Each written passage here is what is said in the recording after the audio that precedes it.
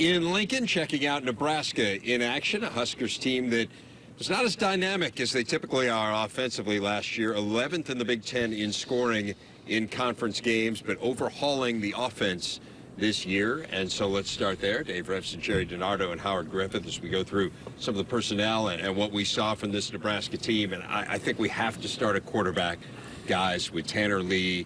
I mean, from where I was standing, awfully impressed with the way he throws the ball and how he could fit into this scheme that we had become familiar with Mike Riley, but hadn't really seen as much these first couple of years. Right, every offense is built around the quarterback, right? So Tanner Lee is just a terrific pro formation quarterback, so the team's going to be built around him. Skill on the flanks, skill in the backfield. Maybe we don't know who exactly, but certainly enough there.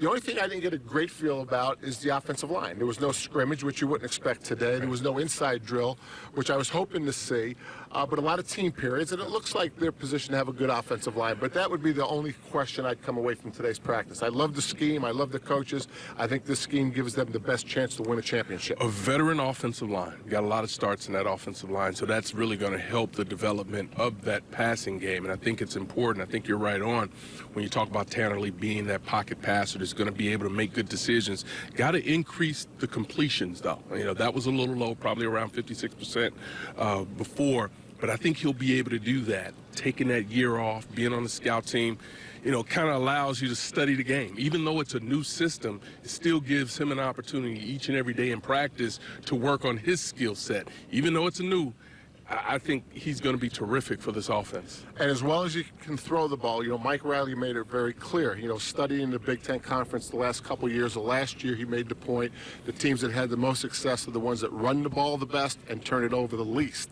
And so that's where he wants to go. And he even said we don't want to get enamored with the pass game. Yeah. Even though you might have a big arm at quarterback, that's not necessarily the way to win this league. And keep in mind, they were enamored with the pass game at his previous stop. I mean, they were going to throw it every down if they wanted to. Right. But now, all of a sudden, they've got a run game that's really going to help complement the passing game that they have. And I think it's also different in the Pac-12 than it is in the Big Ten. I mean, it's a different league. Teams win in different ways. It tends to be a little bit more wide open offensively. The weather makes it easier to focus on a passing game, although I'm not sure necessarily in Corvallis.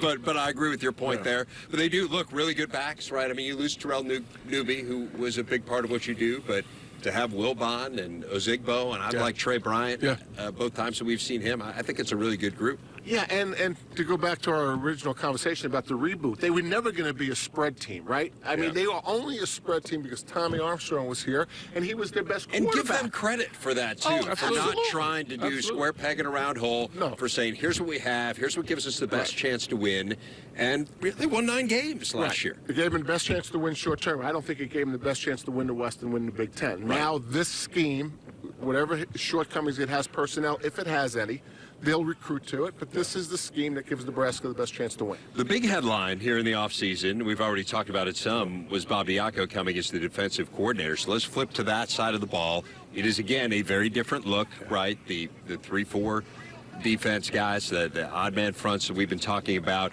So right there, schematically, it's different. Let's run through that a little bit, how it's going to manifest itself, and then what you thought of personnel. Well, I think when you start to look at that scheme, the 3-4, you immediately think pressure. Pressure on the offensive line, the backs, the tight ends, and also the quarterback to understand where those blitzes are trying to come from.